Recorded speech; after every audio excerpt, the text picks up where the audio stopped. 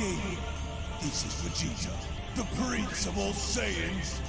Make sure you subscribe to Unreal Gaming and push the like button for me. Or else you'll be hakai. Not Beerus. You know how this works.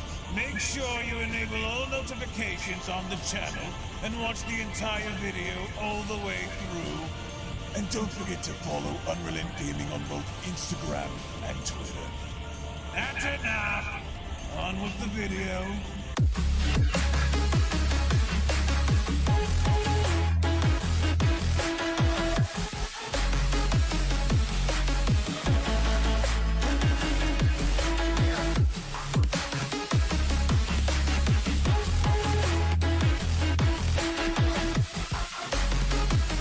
So with Dragon Ball Super manga chapter number 88 now looming over the horizon, scheduled to be released in English on December 20th, here today we have additional information, spoilers, leaks, and images going into the new arc for the Dragon Ball Super manga, to where as we now understand with our heroes being back on Beerus' planet following their initial battle on planet Sorel involving both Granola and Gas, it would only now appear as though we have yet to see the last of Black Frieza within the Dragon Ball Super manga, considering all that's happened, as with our heroes now preparing themselves in training for Black Frieza for the future. The million-dollar question now going forward is, will our heroes be able to get enough training in preparing themselves enough in combating Frieza one-on-one, or will their training simply not be enough in witnessing Black Frieza annihilate both Goku and Vegeta once more? As a quick little reminder before we dive deeper into this video, if you just so happen to be new to this channel and want to be kept up to date with everything in regards to both the Dragon Ball Super manga and any and all things involving the Dragon Ball IP, then I do encourage you all to head on over and smash that subscribe button and turn on all notifications by clicking on the bell icon, so that way you can always be up to date and notified as to whenever a brand new video is posted onto the channel. On top of supporting this channel by giving this video a big fat thumbs up by smashing that like button down below if you guys simply cannot wait and are excited to see what's about to unfold as Dragon Ball Super continues, because courtesy of the Dragon Ball News website, the following leaks, images, spoilers, and information for Dragon Ball Super manga chapter number 88 goes as follows. Now, as of course you guys can see here on your screen, we finally now get to see how both Goku and Vegeta are now back on Beerus' planet, and interestingly enough, between both Vegeta and Goku, the only one that seems to be taking the likely threat of Black Frieza serious is Vegeta, because Goku's simply goofing off with Beerus, they're eating a whole bunch of food, as all the while Vegeta seems to be hyper-focused in recalling the events of what had just happened, which to me gives off the implication of massive main protagonist vibes, only because Vegeta had been preaching to Goku for a while now that, hey, it would be within our best interest to stop Frieza before he potentially discovers a new evolution. Goku didn't want to listen, and well, to that we now find ourselves in a very difficult and sticky situation with Black Frieza now being stronger than both of them, right? But it would only now appear as though back on Earth, Goten and Trunks have now become their own superheroes in having to fight crime and basically sort of take up a tag team title-like duo for themselves and going around by stopping criminals, and they're basically just going out and about by protecting civilians, protecting the city. Lots of great Saiyan Man vibes going on around here, you know what I mean? So these two seem to be acting on their own and doing their own thing as a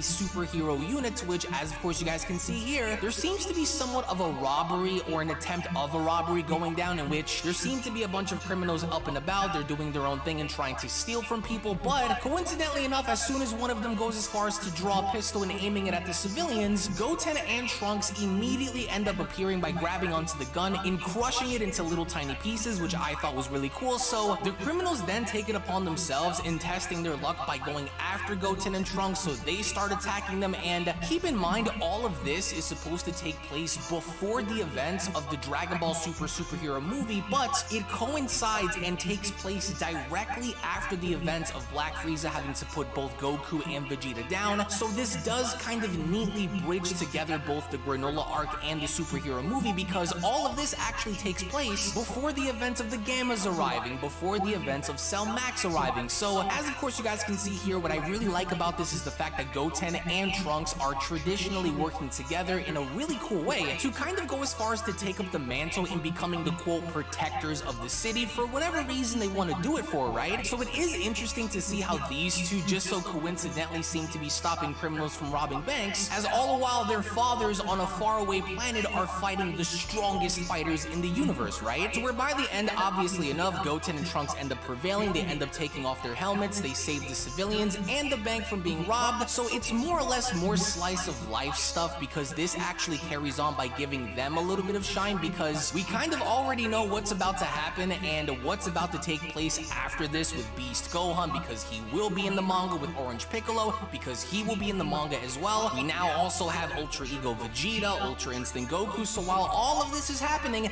these guys are at least doing their part by stopping criminals from robbing banks and at least protecting the civilians, while everybody else is coincidentally fighting the strongest possible enemies that they can come across, right? To which even then, as they end up striking their signature pose, as of course you guys can see, and they end up looking across and seeing this massive billboard, the two seem to be having somewhat of like a Spider-Man moment, because they end up sitting there talking to each other, kind of pondering about life and where they want to take themselves moving forward from this. To which by the end, obviously enough, they're still kids, they have a lot of growing up to do, and by the end, Goten's mom ends up calling him on the phone. They're using their cell phones to talk, in which I really love how Goten ends up just pulling off a Spider-Man-like moment to where he quickly switches into a student outfit because he doesn't want his mom to know that, hey, I'm a superhero just as Gohan once was. In which what's even more remarkable about this is he doesn't just end up leaving on his own, no, he ends up leaving with the flying Nimbus. So that is a huge callback to the OG Dragon Ball series, Dragon Ball Z, and we now understand that at least on Earth, they don't want anybody else to know outside of their own family, minus their moms, that hey, we're superheroes, we're actually risking our lives kinda to protect the people of the city. So you can kind of expect to see more or less a slice of life moment come from this chapter, only because it's slowly going to make its way into all of the big stuff in which we know is about to come. So until then, we're gonna have to wait and see once we get more information and drafts leaked onto the internet to find out more or less what the overall status on Beerus's planet is going to be, if Goku and Vegeta are gonna go off to get Broly or not. So, but by the end of all of this, I want to go ahead and get your thoughts down in the comment section below in regards to two specific things. That being number one, how do you guys personally feel about the rough draft images that we have going into this upcoming manga chapter? And number two, do you guys potentially see this arc possibly being one of the best arcs within Dragon Ball Super, or are some of you guys a bit less optimistic considering what we've seen transpire and go down during the events of the Granola arc? So again, let the community know what's on your mind and what you guys think down in the comment section below. Again, thank you all so much for watching, everybody. I do greatly appreciate you guys for your time, to where if of course you guys just so happen to be new to the channel, then I do encourage you guys to go on over and smash that subscribe button and turn on all notifications by clicking on the bell icon, so that way you guys never miss a single video that is posted onto the channel. And if you're excited to see what's about to transpire going down in this upcoming manga chapter, then I also encourage you guys to give this video a big fat thumbs up right now by smashing that like button down below. Tune back in for more, everybody. Thank you all so much. Happy holidays. Thank you all so much for sticking with me throughout the year. And with all that being said, I'm thankful to be alive. Thank you all so much for being here, and I'll be seeing each and every single one of you down in the comment section below and in the next video. Take it easy, everybody, and have a terrific day. Peace. Hello! Did you know that you can stay up to date with the latest Dragon Ball content by simply subscribing to Unrelent Gaming? Also, don't forget to follow on these social media platforms, you sexy son of a bitch. Roshi! Silent Cell, me and the fans are having a moment. That's right. I know what you want. Extra long, thick Dragon Ball content. Quality reviews with flawless editing. Yeah, you like that, wouldn't you? You dirty bitch. Roshi, the fuck? God damn it, I need them to subscribe, Cell. And with the montage. Yeah, screw it. Let's cut to the video.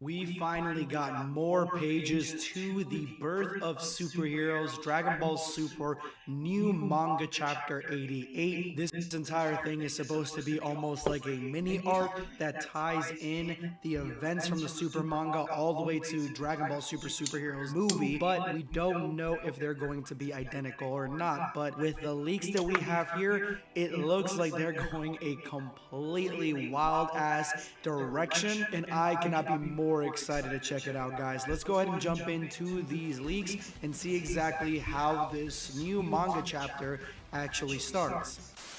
This video is sponsored by Tokyo Treat and Sakurako. The goal of Tokyo Treat and Sakurako is to share Japanese culture and invite everyone to experience Japan from the comfort of their own homes through our snack boxes. Tokyo Treat is a monthly pop Japanese snack subscription that gives you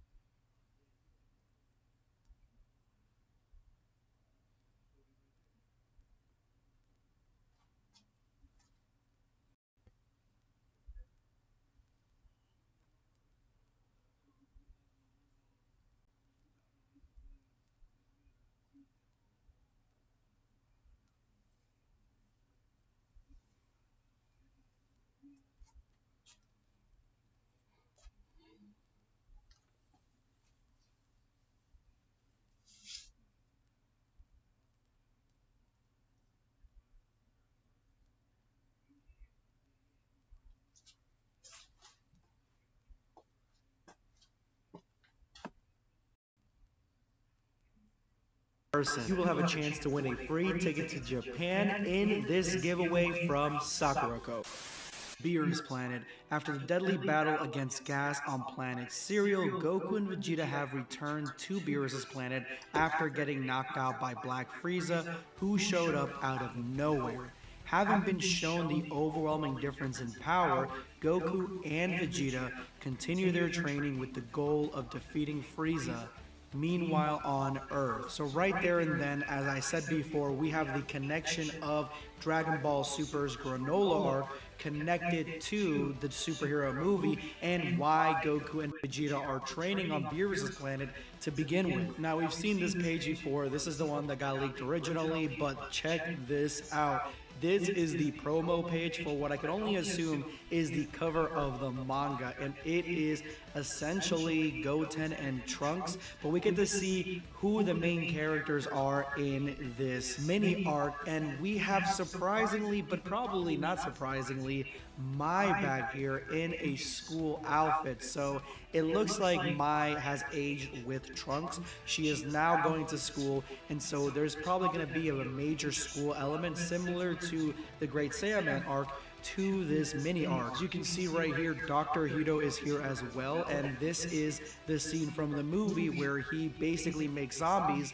to make them out to be superheroes. So we could be starting at that front right before Dr. Hito goes to jail and essentially ends up blowing up the place. But before the Gammas are created, before Cell Max is created, this seems to be the prelude to that part of the story, just with a far heavier focus on Trunks and Goten, which to me is already different enough from the movie, because the movie had them basically not training, not really knowing how to do nothing, not really active in trying to be combatants, and even so much so out of sync that they messed up the fusion to begin with. To clean up the evil in this world, to make it look more beautiful than ever, the cleanup heroes, Saiyaman X1, Saiyaman X2 are here. I mean, this is giving... Prepare for trouble! The names are pretty cool, Saiyaman X1 and 2. I think those are awesome, but the whole pose thing, it's not something that we're getting away from in Dragon Ball Super or Dragon Ball at all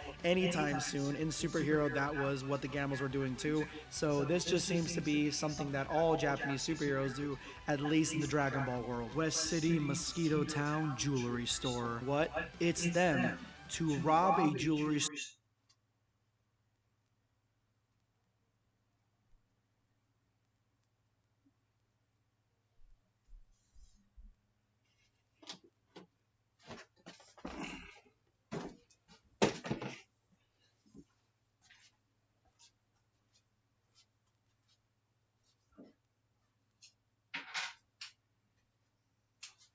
store in broad daylight, you got some nerve. These guys they're the kids acting heroes in West City. What? How dare you do that to our car? You crazy bunch of kids. Out of my way if you don't want to die. And Trunks really ain't playing with guns. He's not letting himself get shot. He's not letting the bullets fly. This, honestly, is the best way, in my opinion, for Dragon Ball characters to handle firearms. Just like Gohan did in Super Hero, this is prime effective. I won't allow you to pollute my city anymore. Take your garbage back with you. You bastards! And both of them attack Trunks and Goten, but, you know, obviously that's not going to go very well. But I do like the fact that they are heroes that understand that even though these villains can't really harm them, the weapons that they use can harm them, they can accidentally harm other people. So I like that they are taking time to disarm these guys and not let chaos ensue. After Goten and Trunks disarm these guys, they knock them out, and that's essentially the end of the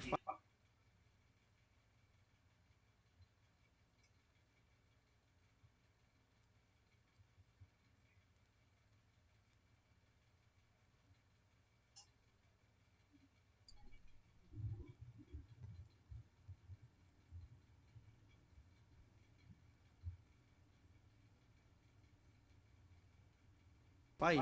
That's basically more or less what you're going to get when you're a superhero in the Dragon Ball world. There really aren't that many Earthlings that can come toe-to-toe with you. There's nobody really, unless you have evil villains or aliens that come down to Earth or are made on Earth. How'd it go, Goten?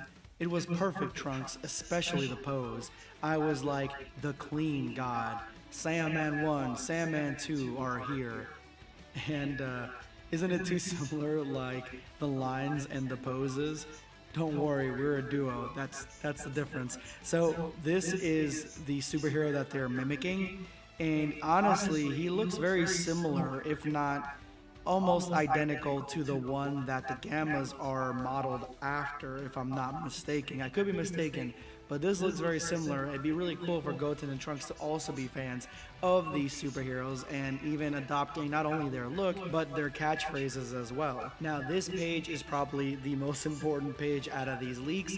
Now, maybe I'm just reading into it, and more than likely I am just reading into it, but I feel like they're trying to hint at something here. So Goten's phone goes off, and it's a news flash for more crime, a case of theft. But unfortunately, it is a cyber attack, and you know, they can't really beat internet trolls or internet criminals or whatever because they're not both very good with computers, which honestly is kind of disappointing coming from Trunks, seeing as how he is an heir to, you know, a bunch of scientists and a bunch of, you know, high IQ individuals. But this is what Trunks says right here. He says, "You know, I want to fight against a huge evil in a cooler way. I guess the era of superheroes is long gone. Well, it's nice to have peace." So he said this in a cooler way, and I thought that either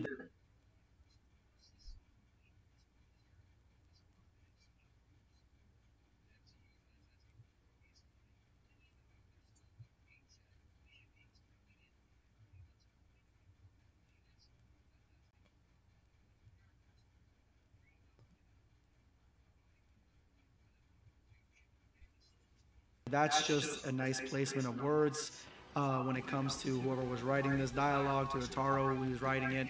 Could be a translation thing, but if this is exactly what it says when the actual book comes out, it could also be an Easter egg to the fact that Frieza has a brother named Cooler, but at the same time, it could be a hint that the huge evil that's coming is, you know, Cooler, and you would think that's far-fetched.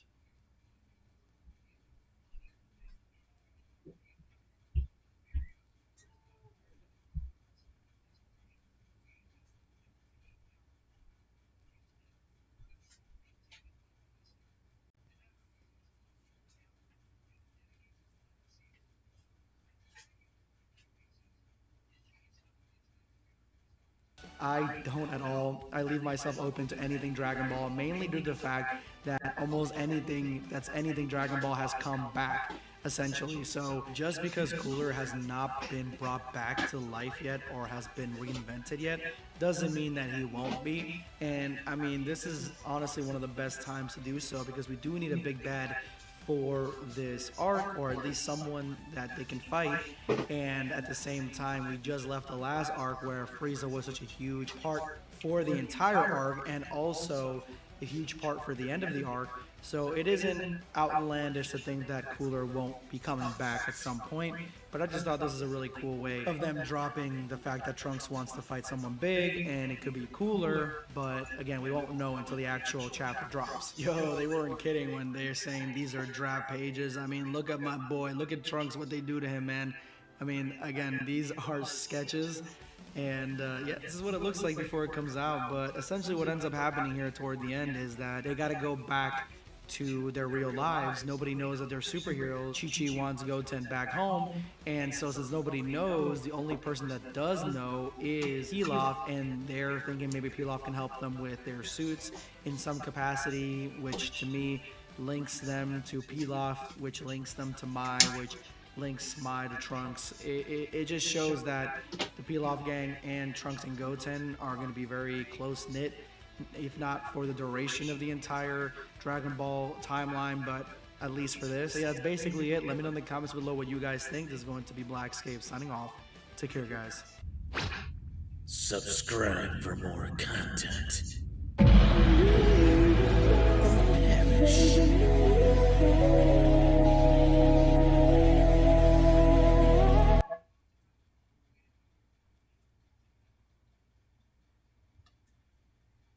Let's discuss my payment. That time is past. No 5,000 for you. The price is 50. How about your payment is you get to leave? Not enough. Oh, you think you can negotiate with me? I say the word, my nephews go to a certain motel, pay a visit to your daughter-in-law and your little granddaughter. What do you think happens there? Consider your position carefully. I got my money. Or neither of us walk out of here.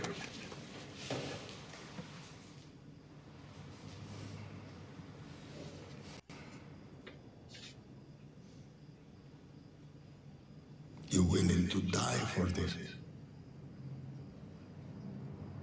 Maybe I need the 50,000 more than you do.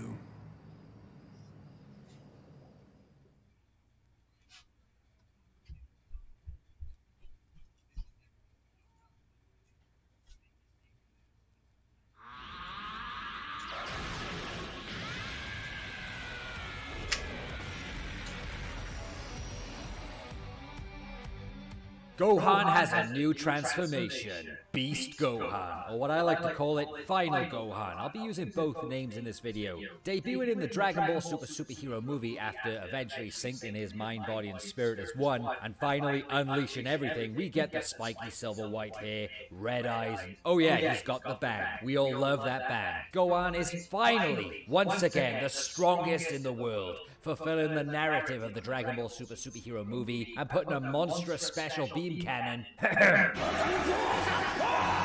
through Imperfect Cell Max's skull, after he had been surprisingly practicing it in secret during all of his studying times, which pays a giant amount of respect to his mentor, Mr. Piccolo. A huge nostalgia trip of a form that takes us back to Super Saiyan 2 Gohan in the Cell games, but also, in my opinion, throwing a nod to a very popular fan art from decades ago, Super Saiyan 10. This is a beast, right? Oh, and then there's Gohan Blanco. But either way, in this video, I'm going to talk about everything we currently know about Beast Gohan. As of right now, I'm making this video. We'll look at his power, the journey, power scale in his power. Let's do this. Just what the hell is Beast Gohan?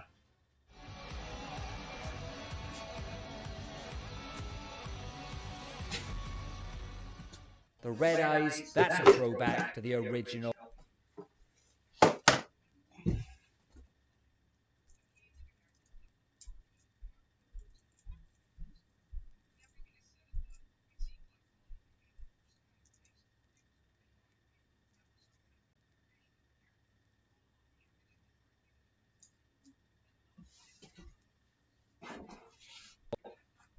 Super Saiyan design by Toriyama with the red eyes, drawing out those dark feelings of rage. That's what the red eyes symbolize, and to be honest, it's badass. It's badass for a guy as goody two-shoes as Gohan, and he gets those red eyes, and obviously the white hair, which, let's be honest, in Dragon Ball, the white hair, it gives off the angelic vibes. Even though Ultra Instinct is silver hair, we had it glow white in the Tournament of Power, and it gives off the vibe of the angels, in that they're always in a state of constant Ultra Instinct, their hair is white, just an angelic feel. But that combined with red eyes, I mean, it's an awesome design. And Gohan's purple gi, that's always been a favorite gi for me for Gohan. But one thing we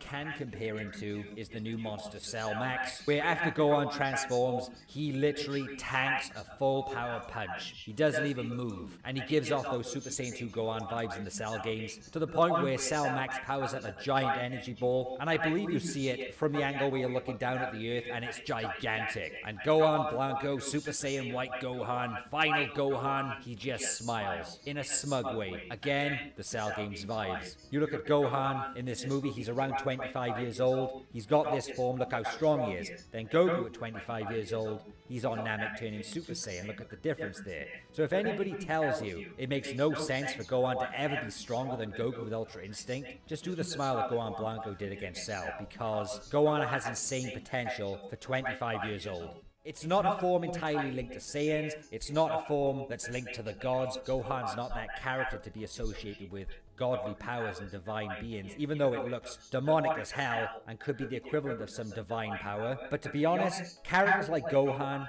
they can surpass gods without being divine themselves, if that makes sense. They just have the raw potential to do that. I think this would be awesome if it's a transformation associated to a hybrid, Saiyan and human, giving the human side a little bit more credit in terms of spawning this transformation. But then again, it could be associated with the ultimate form, applying the Super Saiyan Rage to that form, if that makes sense, some crazy mixture. Or it could just be a form for Gohan. No one else in the whole universe could achieve this form because it's Gohan's form, if that makes sense. Maybe Pan can learn this, but not Goku. Even though they're the same bloodline, maybe it's the human part that helps create this transformation. But it's more than likely just to do with Gohan's rage, let's be honest. His ultimate rage, drawing out everything, the angriest he's ever been. This is the pinnacle of Gohan's power.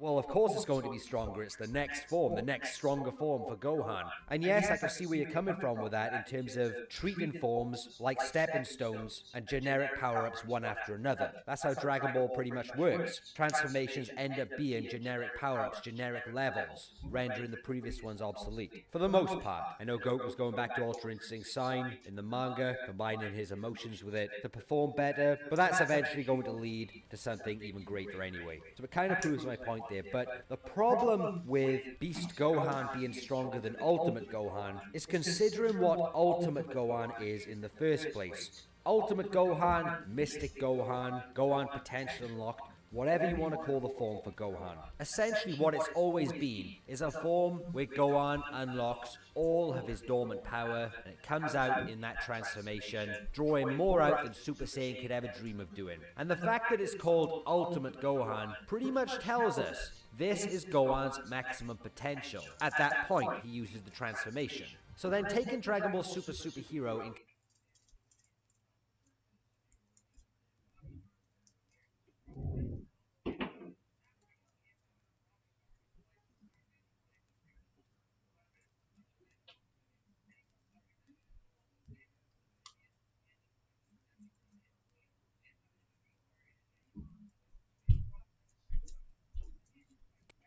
consideration now, where we have Beast Gohan that totally, let's just be blunt here, destroys what Ultimate Gohan is through power. That's what Beast Gohan has done. And why, might you ask? How can a transformation, how can Gohan have a transformation that exceeds the ultimate form that brings out his whole potential?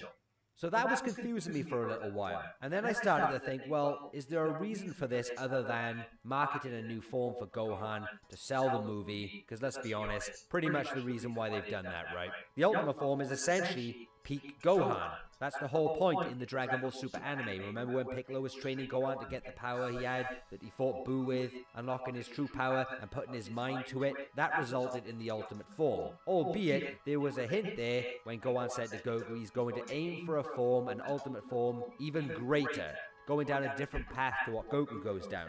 Apparently not. Apparently, he has gone down the transformation route just like Goku.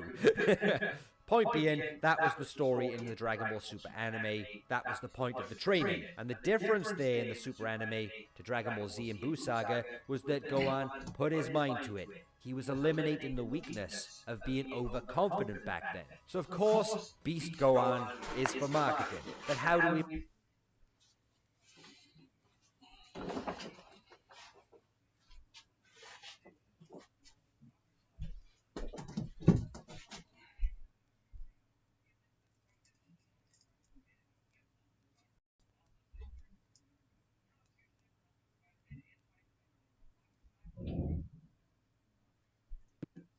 make sense of it? Why is it stronger than Ultimate Gohan that draws out your whole potential? So one thing I was thinking about, perhaps the Ultimate Form doesn't consider rage boosts. So the power that Gohan can get through his rage, through his anger. The Ultimate Form draws out the raw physical power to the maximum, the sleeping dormant power, a sort of baseline power for Gohan where he should be, where a rage boost amplifies that if he can tap into a rage boost, because in Dragon Ball Z, it was stated he found that harder to do as he got older. Yes, he could get angry, but it wasn't the same rage boost. It was stated he struggled to do it. Perhaps he became a little bit more chilled as time went on, and your mind changes a little bit. Your temperaments, who you are. Maybe he was accustomed to peace for that long, lost the feeling of that anger. So maybe the Ultimate Form doesn't count for drawing out rage power. That's like DLC extra power, if that makes sense. Because I can also back that up with some examples. Remember when Gohan was fighting Buu tanks, and Buu tanks trapped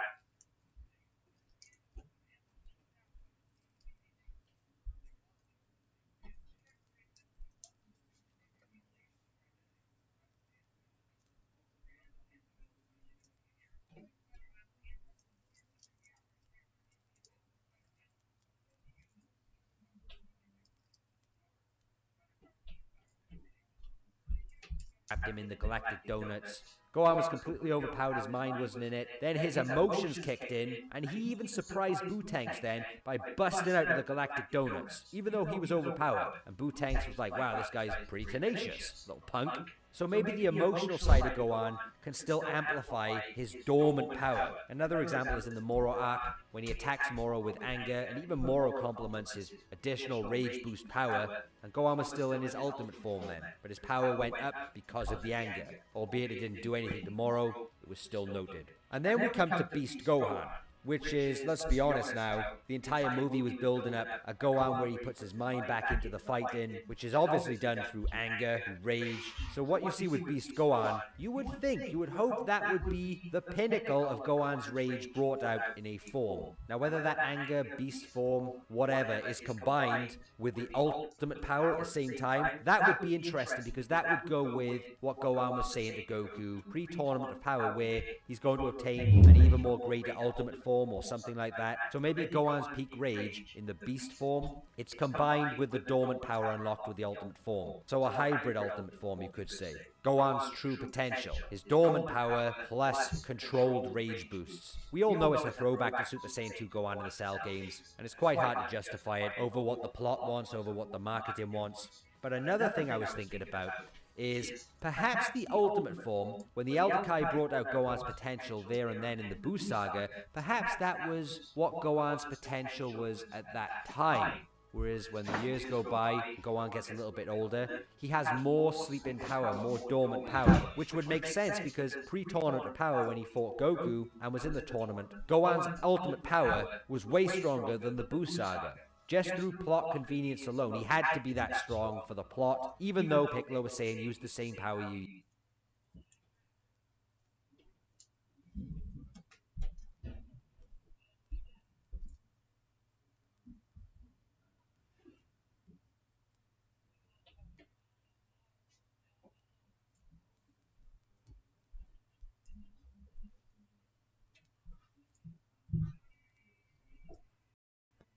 used against Boo. Gohan was still stronger through the plot. And it makes sense that he got a little bit older, maybe the ultimate form drew out more of the dormant power that was there when he was getting older, if that kind of makes sense.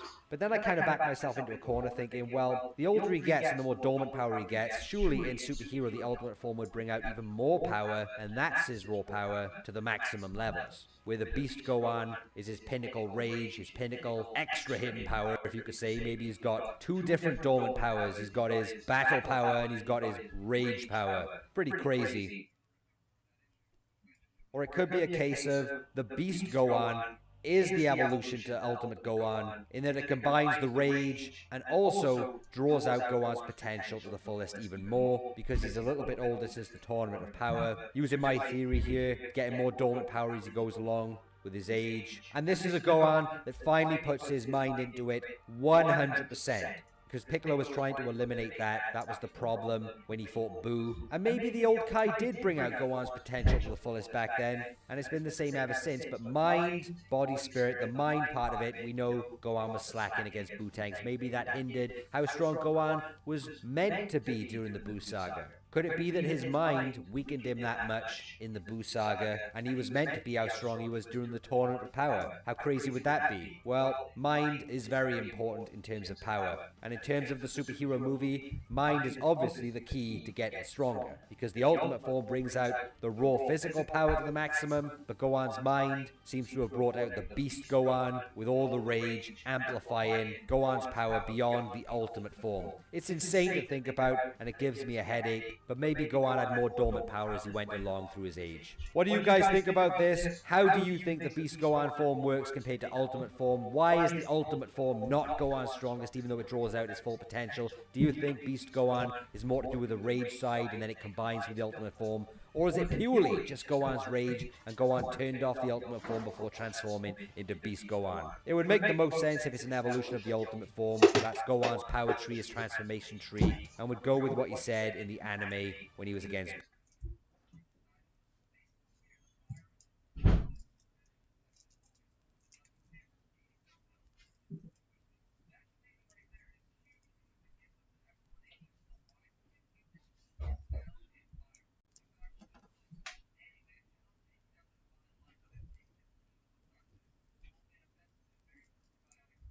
Goku. But that's pretty much why I believe Beast Gohan is stronger than the Ultimate Form by concept. So it all probably boils down to marketing and plot convenience and generic power-ups for Dragon Ball characters. What's next after Beast Gohan? Final Beast Ultimate Beast Gohan.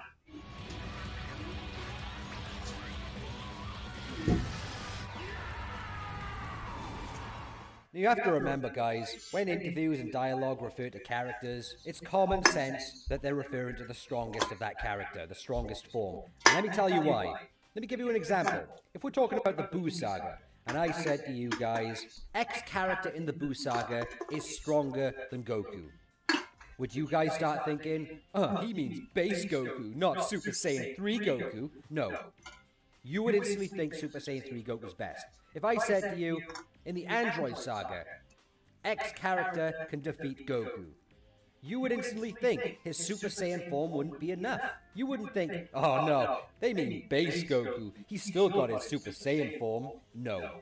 No, you would not. So why is it any different now when there's official dialogue in the movie saying Goku or Vegeta couldn't defeat Cell that you think, oh no, they just mean base Goku or Super Saiyan Blue, not Ultra Instinct? What gives you the ground to stand on? I'm interested to know. If it's your own power scale, tell me why. Because there's a lot of information out right now, a lot of interviews, a lot of narrative, a lot of official dialogue, a lot of official material and sources and illustrations that completely eradicates your headcanon power scale. Can't possibly fathom Ultra Instinct being surpassed. Well, get used to it.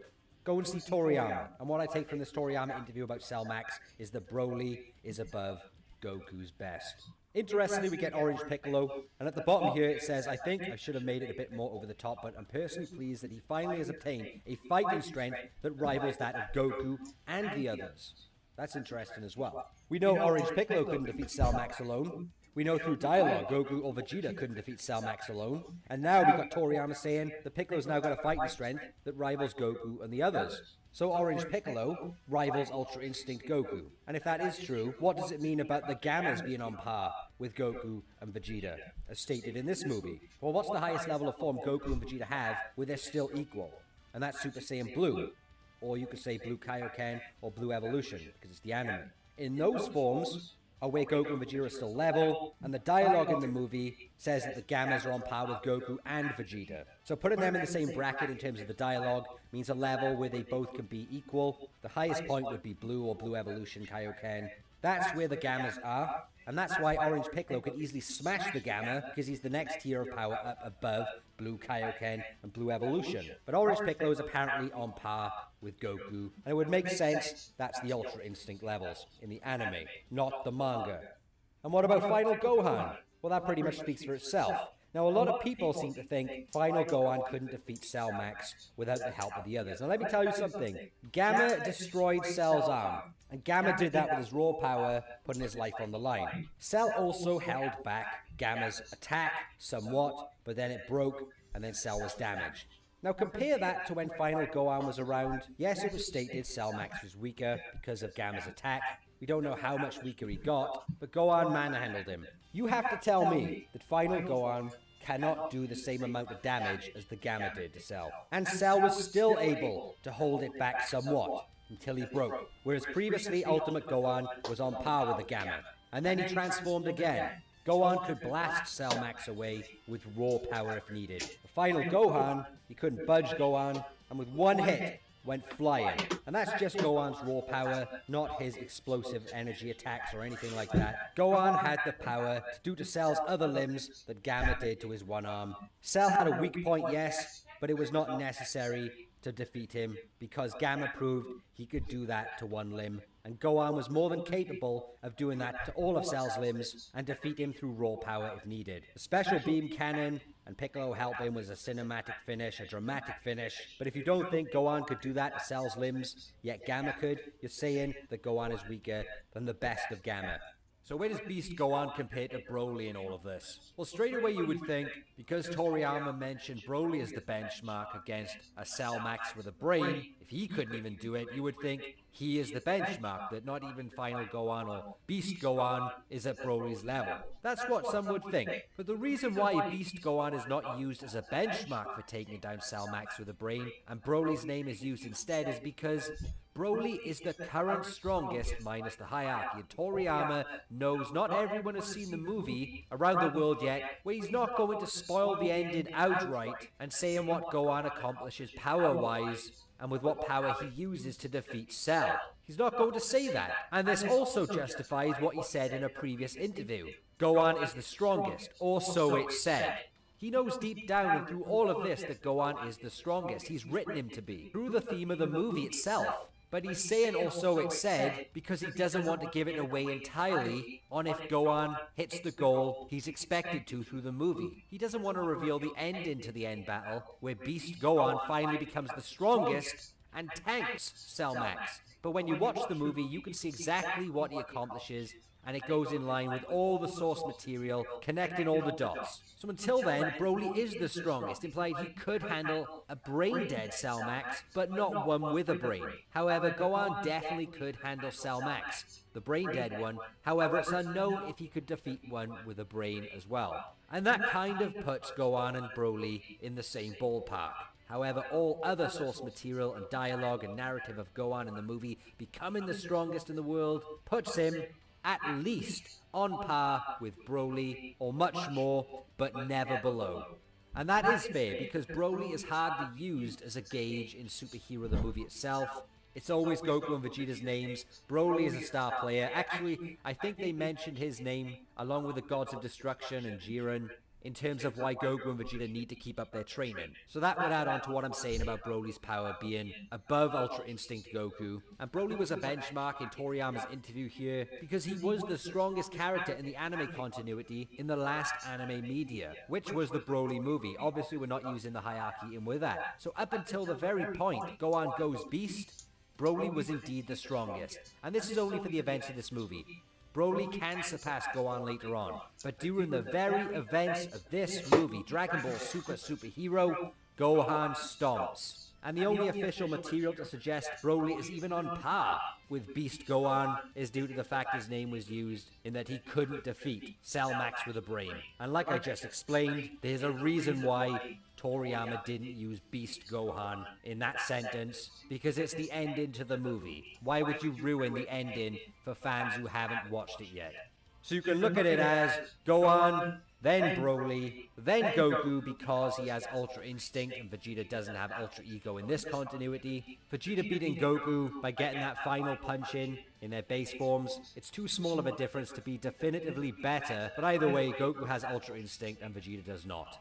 Has Blue Evolution in this anime continuity. Orange Piccolo, though, on par with Ultra Instinct Goku, which actually puts Vegeta at the bottom of these 5. As of right now, in 2022, when there are no manga events and no Ultra Ego in the anime continuity. And Cell Max with a brain, don't know, have never seen that character, but he'll be above Broly, so he's either equal or greater than Beast Gohan. But you could highball Broly to be equal to Beast Gohan, Beast versus Beast. However, there's more in favor of Beast Gohan being the strongest by the end of the Dragon Ball Super Superhero movie. And if your Ultra Instinct fanboy headcanon is still hanging in there, then go catch up on what the theme of this movie is. Official dialogue about this being about Gohan and putting his mind into it to becoming the strongest. That's the theme of the movie. Themes are not going to be in movies if they don't deliver. He puts his mind to it and he finally becomes the strongest in the world.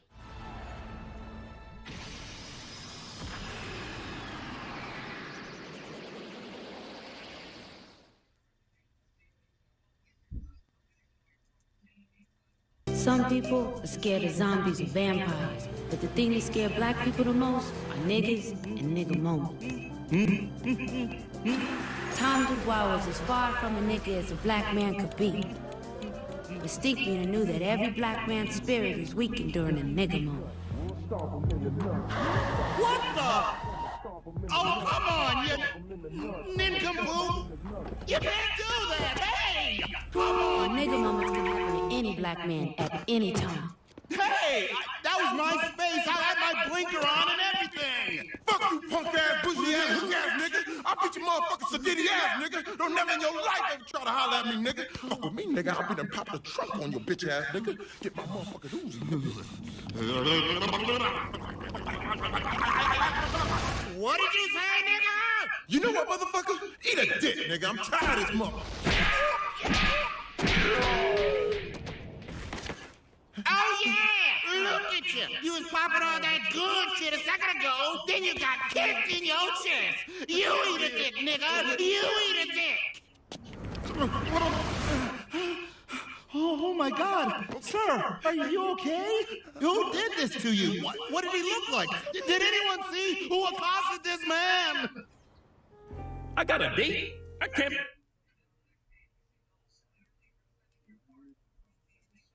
You're watching Unrelenting Gaming.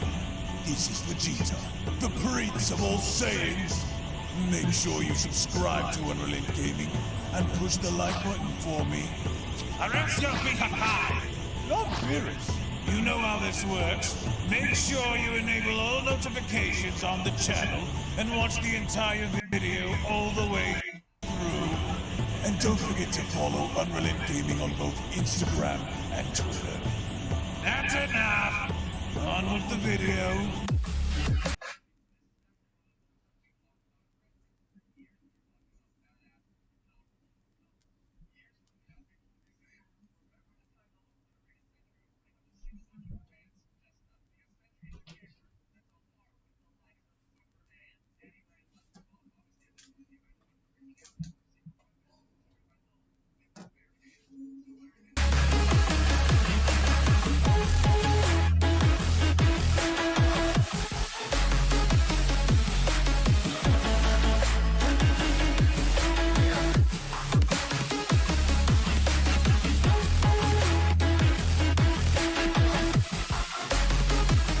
Now, ever since the concept of Ultra Ego was introduced against Granola within the Dragon Ball Super manga, the fandom has been divided on the overall concept of which path to power would seemingly be the best choice to take in either choosing to follow the path of Ultra Instinct or choosing to follow the path of Ultra Ego. The million-dollar question going forward is, would the idea of following a destroyer's path prove Ultra Ego to be more dominant than Ultra Instinct, or would Mastered Ultra Instinct Goku completely overwhelm the power that is of Ultra Ego Vegeta? Now, before we dive any further into this video, if you are new to the channel and of course have a love and passion for all things Dragon Ball related, including its manga, anime, video games, fan animations, fan mangas, and more, in which would also like to be kept up to date with everything in regards to the Dragon Ball Super manga, the Dragon Ball Super anime, Dragon Ball video games, and any and all additional content within the Dragon Ball universe, then I do encourage you guys to head on over and smash that subscribe button and turn on all notifications by clicking on the bell icon to always be notified whenever a brand new video is posted onto the channel,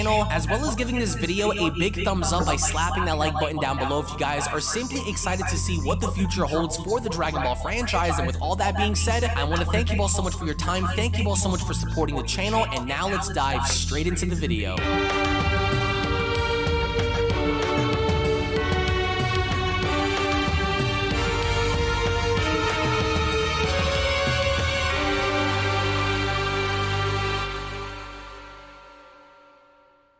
As our story opens up with both Ultra Ego Vegeta and Mastered Ultra Instinct Goku having to have a stare down in the middle of nowhere as Vegeta went on to address Goku by telling him, "I find it rather interesting that you actually agreed to this duel, Kakarot. You do understand that despite us both reaching similar levels of power throughout the years, this isn't going to be anything like me and you have gone on to use against each other before, don't you? In order for me to know that I am better than you, I have to beat you. I have to see if this power that comes from a destroyer is enough to see this victory through for me. With power like this at our fingertips, we could achieve anything. But only one of us here today is truly ahead of the other, and I need to know which one of us it is. Whether it's me or whether it's you, Kakarot. You know I won't be holding back against you, right? I know how good you are. I am many things, but a fool isn't one of them. So I don't expect you to be holding back against me either." As Goku went on to respond, "We've both been through a lot in order to be where we are, so I don't expect this to be as easy as it sounds. I agreed to this duel because I also wanted to see where my skills are compared to yours.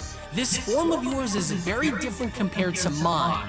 So I agree, we couldn't have gone down any other roads that were different. However, in this current state as we currently are right now, I am stronger than you, Vegeta. But I am willing to find out for sure once we battle. But just do me a favor, no matter how intense this battle becomes, try to keep your head screwed on straight and not put the Earth in danger here.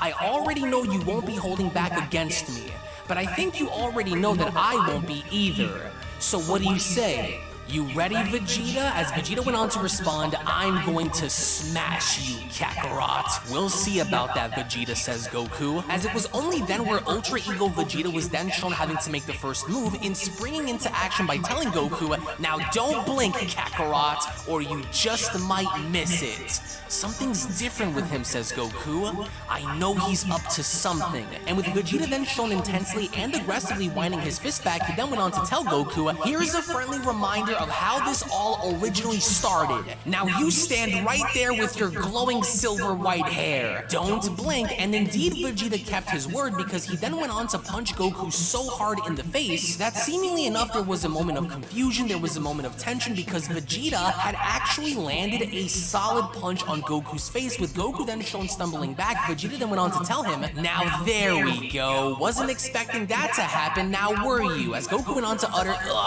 "Vegeta, but how did you, what's wrong?" Vegeta asks. "Did I catch you by surprise?" So much for the master of dodging. As Goku was then shown on one knee having to get back up, he then went on to respond, "That was actually quite a heavy strike. I gotta give you that, Vegeta. And you also increased your speed during that last second too.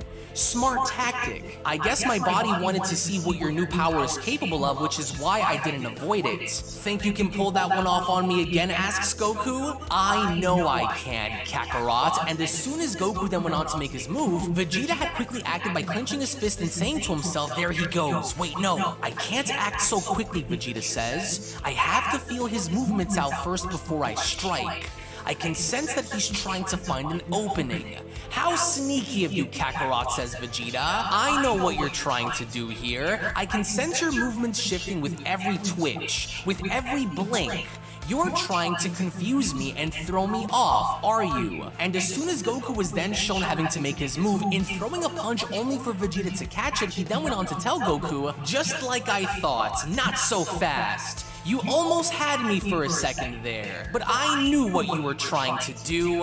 I know you all too well. But if this is going to be your strategy, says Vegeta, as he then went on to kick Goku in the face, he then continues, then you've already lost. Have you forgotten who you're facing here? If anyone knows you in battle well enough, it's me, fool. Maybe this ought to make you remember of all the times I beat you into the ground and then some. I know you're up to something because your fighting patterns are different than how they usually are. So you're either buying time, which you don't have enough of, or you're hoping I'd burn myself out in the process, aren't you? Well, whatever it is that you're planning, it won't work on me, especially not with the power of a destroyer coursing through me. But since you won't tell me, then maybe I'll just have to beat it out of you and force you into submission. And as Goku was shown stumbling on back, he then went on to respond, yeah, there's no doubt about it. Your strikes are much heavier and much sharper than they've ever been. But I'd like to see you try it, and try it Vegeta does, because as soon as Vegeta went on to punch Goku again, as quickly as Vegeta acted, he then went on to tell Goku, you won't be running your mouth at all once I break that jaw of yours, Kakarot.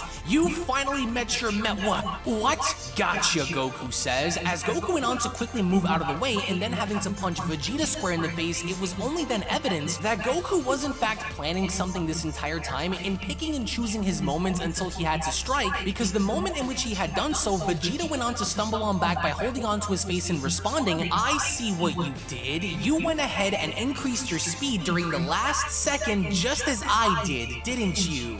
I should have known better than to fall for your bait, Vegeta said.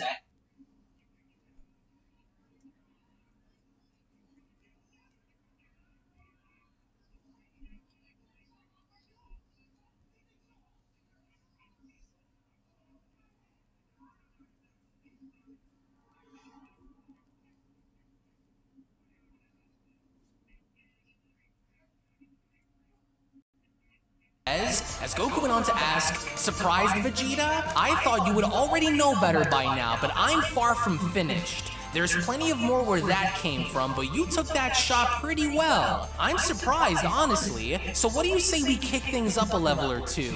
Just to add more spice to the battle as we continue, Goku asks. As right when Goku went on to make his next move, in attempting to uppercut Vegeta in the stomach, it was only then during that moment where Vegeta had reacted fast enough in grabbing onto Goku's hand by telling him, oh no you don't, Kakarot. Not this time you won't. Damn you. As if I'll let you get a hit on me again, Vegeta says. Impressive. But since you are a master of knowing what comes next, tell me, do you think you'll know what my next move will be?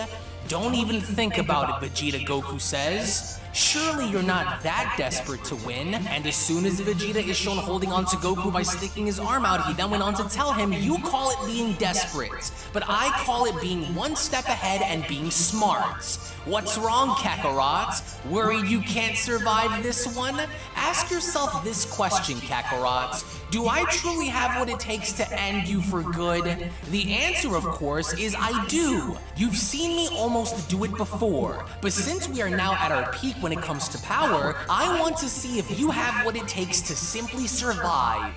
Vegeta, you wouldn't, Goku says. Yeah? Well, watch me. Hakai. But before Vegeta could follow through, Goku quickly went on to use instant transmission by commenting, damn it, no! As before Vegeta could even utter the words Hakai, Goku ended up getting right behind him as Vegeta went on to comment, what the? You truly are a magician, aren't you, Vegeta says, as he then proceeded to elbow Goku directly in the face by then telling him, good thing I'm fast enough to know exactly where you're going to be. What's going on with you, Kakarot? This is much easier than I thought it would be, Vegeta says. Tell me what you are hiding. I know you're up to something. Now, what is it? And as Vegeta is then shown backing up and getting ready to kick Goku, he then went on to continue, you are either much weaker than I imagined you would be, or you are simply gauging me to find out more about what this power can do. I will find out one way or another. I've longed for the day where you'd stay behind me and remain there as I grew in power. And as Vegeta is then shown kicking Master Ultra Instinct Goku in the stomach, he then went on to tell him, and that day is today, Kakarot. Can you feel that? The balance of power has shifted.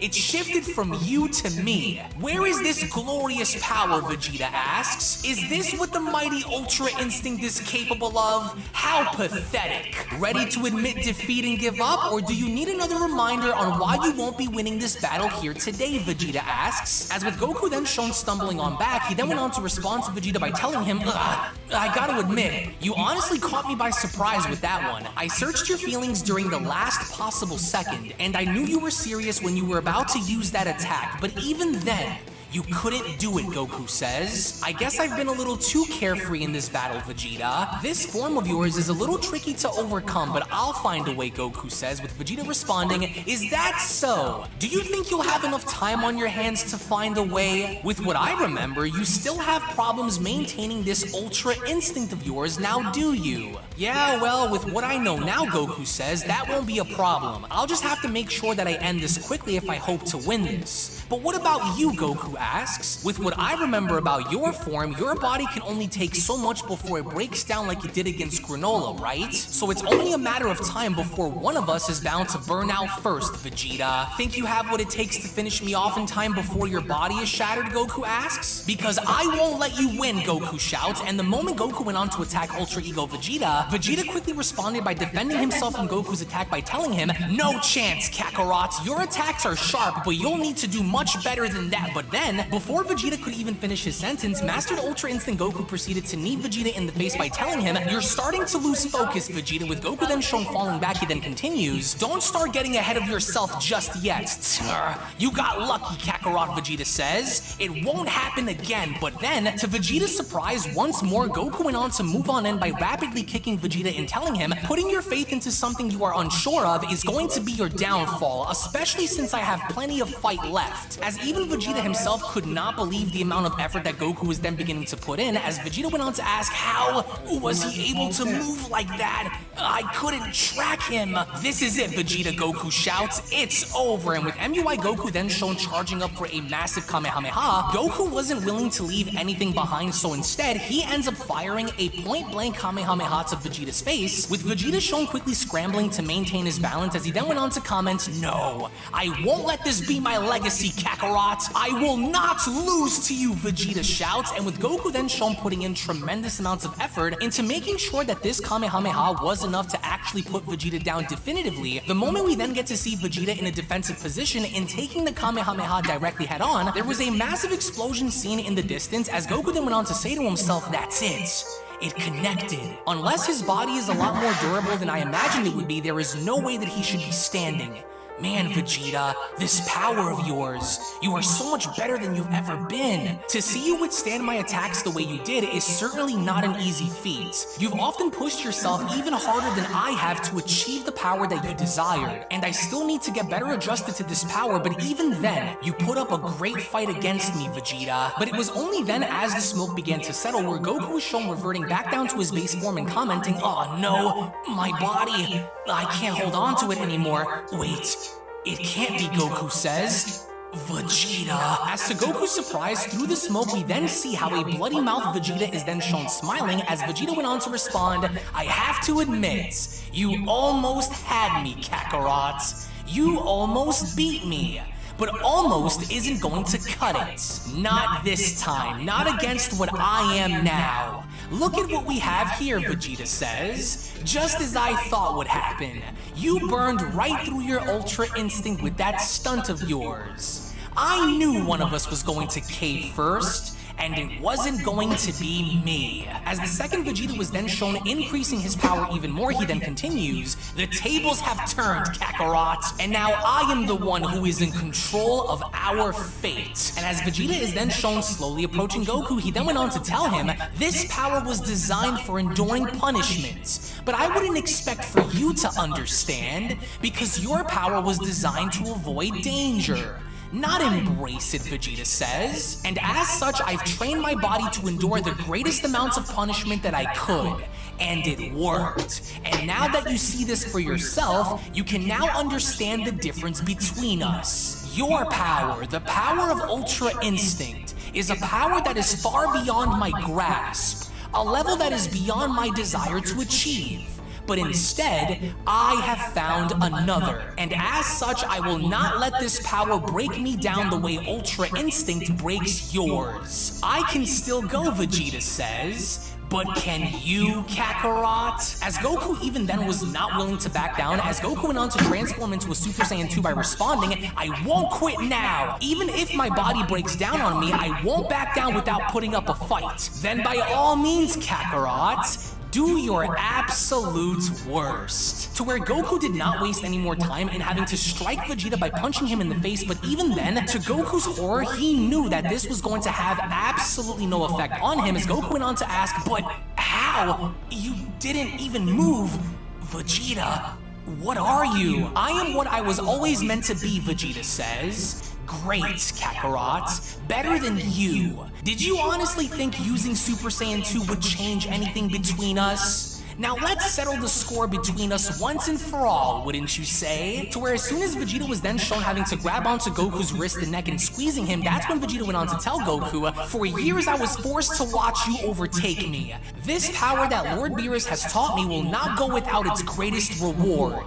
Victory over you, Kakarot. Without your Ultra Instinct, you cannot possibly do anything to close the gap between us. You've pushed yourself into becoming the greatest that you can possibly be, and now I have done the same. I long for the day where we fight again," Vegeta says. "Maybe next time you'll keep your Ultra Instinct a little longer during our battle. I actually enjoyed fighting you at your best. It gave me something to strive for, which is victory," Vegeta says. "Now sleep, Kakarot. This fight is over." As Vegeta was then shown squeezing Goku by the throat to the point where Goku was losing consciousness, as soon as Goku was then shown fading away into Vegeta's hands, Vegeta then went on to tell him, "I imagine that you believed that you were going to beat me.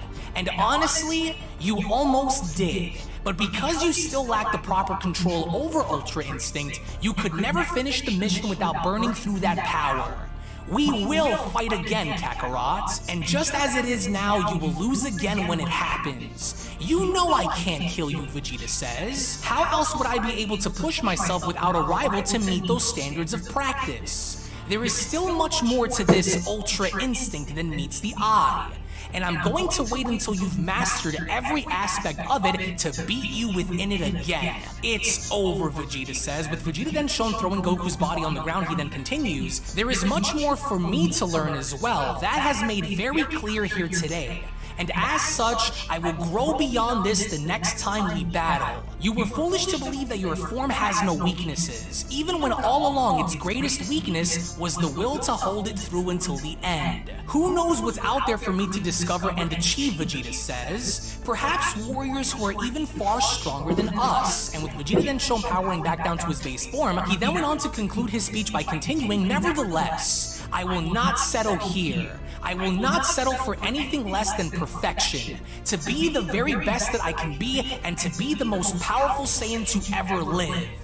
That is my purpose, and that's who I will become. You have earned my respect, Kakarot," Vegeta says. "Don't you ever forget it." And with Vegeta then shown turning around, as he was shown walking away, he then went on to respond, "When you wake up, we will go to Beerus's world and we will continue our training with the gods. our quest will continue to burn on always, as it was only then during that moment where the Beyond Dragon Ball Super story of Mastered Ultra Instinct Goku vs. Ultra Ego Vegeta manga chapter special then comes to a close. Now, what I really wanted to encompass with this story was introducing the hypothetical idea and not only seeing what it would be like to witness Mastered Ultra Instinct Goku versus Ultra Ego Vegeta, but with one of them having more so of a problem in maintaining their power than the other, I more or less went along to borrow the elements of what it would be like for Goku to continuously lose Ultra Instinct as he's been doing throughout the course of Dragon Ball Super, and for Vegeta to stand victorious over Goku. This is what I want to know from you guys in the comment section below, and that's between both MUI and UE. If there was such a hypothetical concept as seeing Ultra Ego versus Ultra Instinct, then let me know in the comment section below as to who you think would win and why, as this will be a divisive conversation for many, as many do believe that Ultra Ego Vegeta is without question stronger than Mastered Ultra Instinct Goku, while others believe that Mastered Ultra Instinct Goku is far beyond anything Ultra Ego Vegeta could be, and then some. So in the comment section below, are you guys for Team MUI or are you guys for Team Ultra Ego Vegeta? Thank you all so much for watching, thank you all so much for your time, and let me know in the comment section below if we should either recreate this story in a different way or perhaps maybe even continue it, because the more support we end up getting, the better it is that we get to find out which direction to go in. So again,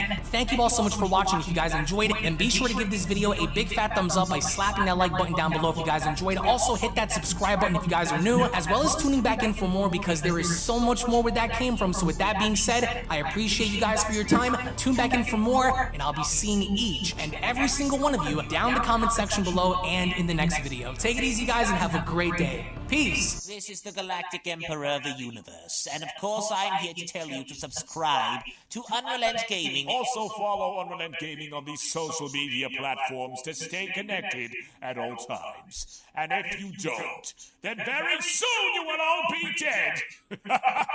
Oh, did someone say Unrelent Gaming? Oh my god. The fuck's up? I'll put on some clothes! Well, why don't you put on any clothes? What? I don't need clothes! Jesus Christ, that's huge!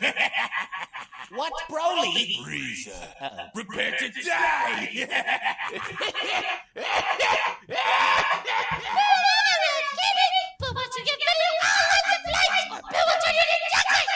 Get over here! Tell these mortals that I'm the biggest Unrelent Gaming fan.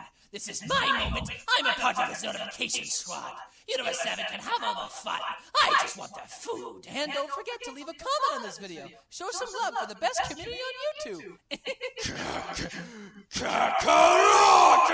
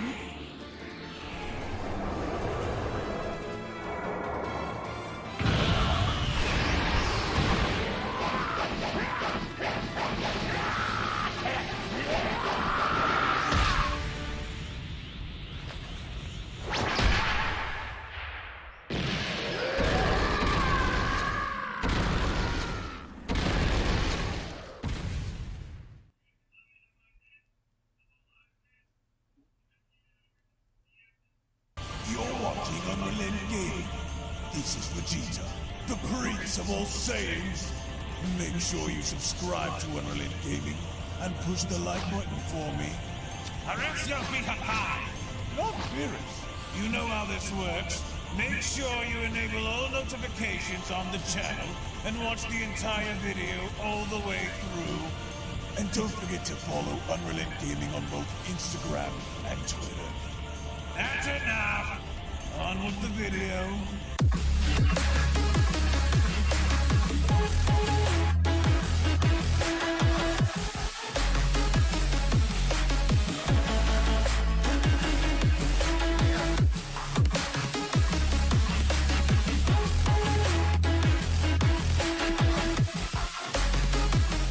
So with Dragon Ball Super manga chapter number 88 now looming over the horizon, scheduled to be released in English on December 20th, here today we have additional information, news leaks, and images in regards to what is about to transpire going down in the upcoming chapter, with the stage now set for both Goku and Vegeta to continue their training in ultimately surpassing Black Frieza. All a while back on Earth, there seems to be something going down as both Goten and Trunks now take the mantle in becoming the new protectors of planet Earth. As a quick little reminder before we dive deeper into this video, if you just so happen to be new to this channel and want to be kept up to date with everything in regards to both the Dragon Ball Super manga and any and all things involving the Dragon Ball IP, then I do encourage you all to head on over and smash that subscribe button and turn on all notifications by clicking on the bell icon, so that way you can always be up to date and notified as to whenever a brand new video is posted onto the channel. On top of supporting this channel by giving this video a big fat thumbs up by smashing that like button down below if you guys simply cannot wait and are excited to see what's about to unfold as Dragon Ball Super continues, because courtesy of both the DBS Hype and Herms98 on Twitter, the following Dragon Ball Super manga chapter number 88 leaks, images, spoilers, and information goes as follows. Now, as of course you guys can see here on your screen, these are the official colors of said characters going into this manga chapter, and if you look closely enough, these are actually going to be the official colors of Black Frieza, now finally shown in manga form, so we no longer have to wait to kind of see what Black Frieza will look like, because these are going to be his official colors moving forward. And we also have a really cool double spread of the official colors of the cover itself, to where, as of course you guys can see, this now goes as far as to illustrate the zombie crew in the background. We have Dr. Hito, Mai has grown up, and for the first time, coincidentally enough, we also have Saiyaman X1 and Saiyaman X2 Goten and Trunks being shown in full color, which from the very beginning we get to see, as of course you guys can see, Saiyaman X #1, who is in fact Trunks, on a mission on duty, as it almost kind of looks like he doesn't even want his grandparents to find out that he's doing all of the superhero stuff, so he goes as far as to kind of play it low-key because he wants to go off and fight crime, but he doesn't want anyone to find out, which just so coincidentally happens to include his grandparents. So later on, he kind of goes as far as to play it low-key, as of course you guys can see. He seems to have changed into his outfit, but then a dinosaur seems to kind of take a liking to him, so before taking off, he doesn't want to be discovered, so of course he lets the dinosaur lick him before flying off. And I know that although it may sound very taboo to see the fact that this kind of feels like the Dragon Ball Z iteration of the Great Saiyaman in action, when basically Goku was in school and he didn't want anyone to find out that he was the Great Saiyaman, so these are the vibes that I'm getting here, because while we see Trunks aka Saiyaman X1, who is going about on a mission to kind of see this duty of his through to actually go on ahead and fight crime and keep it kind of low-key similar to Spider-Man, all of this once again is going to directly occur right before the events of the Gammas arriving, right before the events of Cell Max. So while Bulma's family is too busy dealing with a bunch of robots and a bunch of other android looking things, right, the boys seem to be out and about fighting crime and keeping their identities low-key, which interestingly enough, as of course you guys can see, before Trunks ends up going off to school, they finally have aged up Mai, which if you pay very close attention, they seem to kind of be looking at each other a certain way, so maybe one of them has a crush on the other, right? Eerily enough, being inspired by the events of what had happened during the future Trunks arc, so it's kind of cool to see how Mai and Trunks kind of look at each other as though they seem to have kind of a crush on one another, right? To where even then later on, as of course you guys can see, the way Toyotaro had structured this manga chapter is in a way where Goten and Trunks are just living normal lives. They're not like their fathers in a sense where while Goku and Vegeta might be training for Frieza, and might even go as far as to get Broly. These kids are just living daily lives. They're eating hot dogs, they're trying to go to school, they have crushes on girls, so nothing seems to have changed outside the fact of Trunks going to a school called Blue Hall High School, which, in case some of y'all were probably wondering about, no, they're not going to be going to the same Orange Star High School as Gohan. So in case you were kind of wondering if this was going to be an action-packed chapter involving Broly, Frieza, Goku, Vegeta, Beerus, well, we're not going to be seeing that because more or less, as of course you guys can see, this instead is going to be a very mellow manga chapter where it's primarily based on Goten and Trunks being focused on more so than anybody else, but at least this is going to give us a better idea as to what Goten and Trunks are going to be like in the story, considering the fact that we know what Piccolo does, we know what Gohan does, we kind of already know what Pan does, we know what Goku's going to be doing, we know what Vegeta's going to be doing, we know what Broly's going to be doing, but we kind of don't know what the boys are going to be up to. But I'm getting huge MCU vibes in a sense where these two are basically Miles Morales and Peter Parker, right? It kind of feels as though they're playing Spider-Man in a sense, because all of this looks as though it's actually leading towards something, which it kind of is, because what Toyotaro's trying to represent here is by suggesting that, hey, these two kind of have somewhat of an interest to fight crime and save people, right? So a little later on, as of course you guys can see, we see them playing video games, and one of the games they're playing actually ends up being stopped, as a little later on they end up watching a movie called Clean God the Movie, as this is actually coincidentally the same superhero in which Dr. Hito is inspired by to make his suit after. So later on it looks as though while Goten and Trunks are doing their own thing, it kind of appears as though as some of these other teenagers or kids are dressing up as mummies and zombies, and they're terrorizing some of the other students until we get to see, as of course you guys can see, how Goten and Trunks actually end up springing into action, and some of the other kids, as of course you guys can see here again, are like super happy to see like these crime-stopping, crime-fighting superheroes just emerge from out of nowhere, right? As even Trunks himself kind of looks like he's a bit taken back by this, by saying, hey, look, they're acknowledging me, but a little later on, as of course you guys can see, as the Alpha Squad attacks Trunks, Saiyaman X1 springs into action by taking all of them down. So there's nothing crazy going on here outside of all of this building towards Trunks and Goten later on discovering something very important. But even before that, as soon as Trunks is trying to take action against one of the final individuals, all of a sudden by accident, he goes as far as to expose himself by revealing his identity, because one of the watches that he has around his wrist actually ends up pressing the wrong button, and so he actually ends up revealing his identity for a split second until Goten ends up taking action by leaping on forward and cutting off all of the lights to the house, which from that point then prompts Trunks in being left there by himself with this individual until of course he ends up going Super Saiyan in the dark, which I think is a pretty cool thing, because essentially the moment Trunks goes Super Saiyan, he then reverts back into transforming into his superhero outfit, and it kind of feels as though like one of those moments to where Trunks is being shown threatening the bully after showing him Super Saiyan, right? Which ultimately makes this that much more interesting, because by the very end, as of course you guys can see, once Goten and Trunks actually end up clearing out the entire haunted house full of all of these bullies and these kids, they end up coming across this safe in which they find somewhat of a CD inside, and on it, it goes on to read Dr. Giro's Disc Confidential, or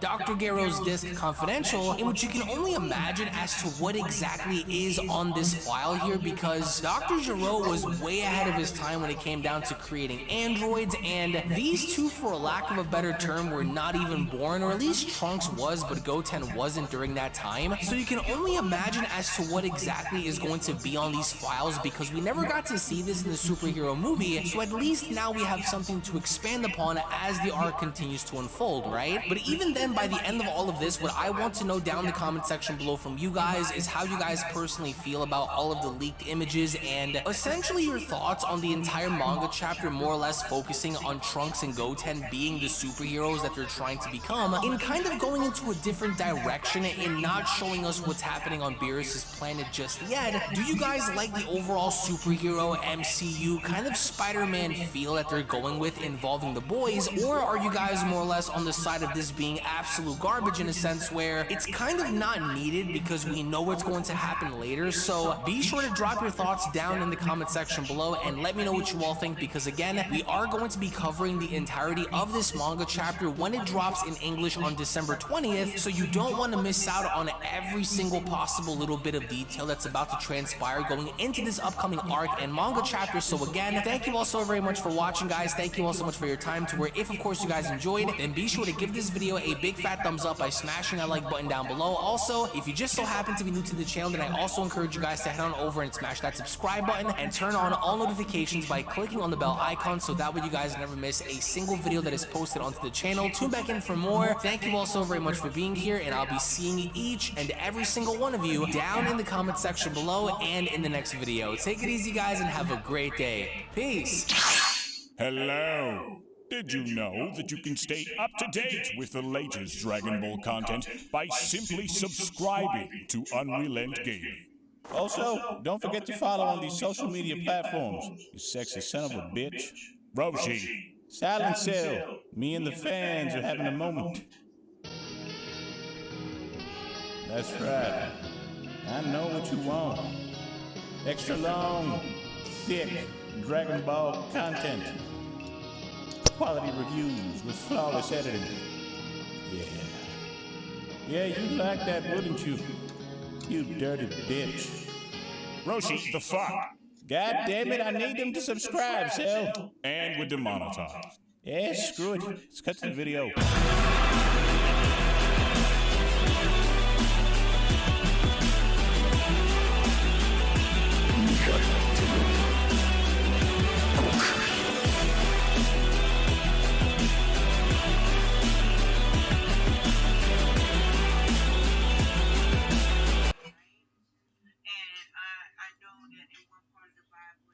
Hey, welcome back. It's Julie with Otaku Alliance, and in this video, we are continuing our fan manga review of Dragon Ball After Chapter 4, Once More, The Fated Showdown. This is a pretty awesome one because we have Vegeta, who has spent 2 years researching the training methods of Goku to find out where the gap was between them. And he developed an insane form called the Super Kaioken. And now he has the chance to use it against Kakarot himself, as a blow to Goku's head has brought back his evil Saiyan nature and left behind his memories of Goku the Earthling. If it's your first time here, make sure to like the video and subscribe to the channel where we talk about Dragon Ball news, history, and fan theory. Also, leave a comment below letting us know if you've read this fan manga. So in Chapter 4, we're taken to King Kai's planet, and King Kai is surprised at Vegeta for achieving the Super Saiyan 3 transformation. King Kai is also surprised that Goku was able to find out about the Super Kaioken so quickly. He says that Vegeta was certain that as long as he was in the same form as Goku, Goku would win. King Kai then says that the only one capable of defeating Goku was Vegeta, and that his only chance was to use the Super Kaioken to deplete Goku's strength, and that this was the only way not to use Super Saiyan 3. King Kai finishes by saying that it was all in Vegeta's hands now. Back on Earth, we see Gohan, Goten, and Piccolo looking off in the distance, and Gohan asks Goten what's the matter, and he asks why they haven't started using the Dragon Balls yet after they went to all that trouble to gather them. Gohan tells him to trust Piccolo, and Goten says that he doesn't understand any of this, but if his father really has gone crazy, couldn't they just ask Shenron to fix him? Trunks jumps in to ask if he's forgotten how the Dragon Balls work, and explains that Shenron is not almighty, and his power is to grant wishes that are directly proportionate to Dende's strength. So even if he did have that power, he can't grant the wish if Goku doesn't want it. He goes on to say that if they did try to make a careless wish, that Goku would then know that they have the Dragon Balls, and that would put their whole plan in danger. So they should trust Piccolo and obey his instructions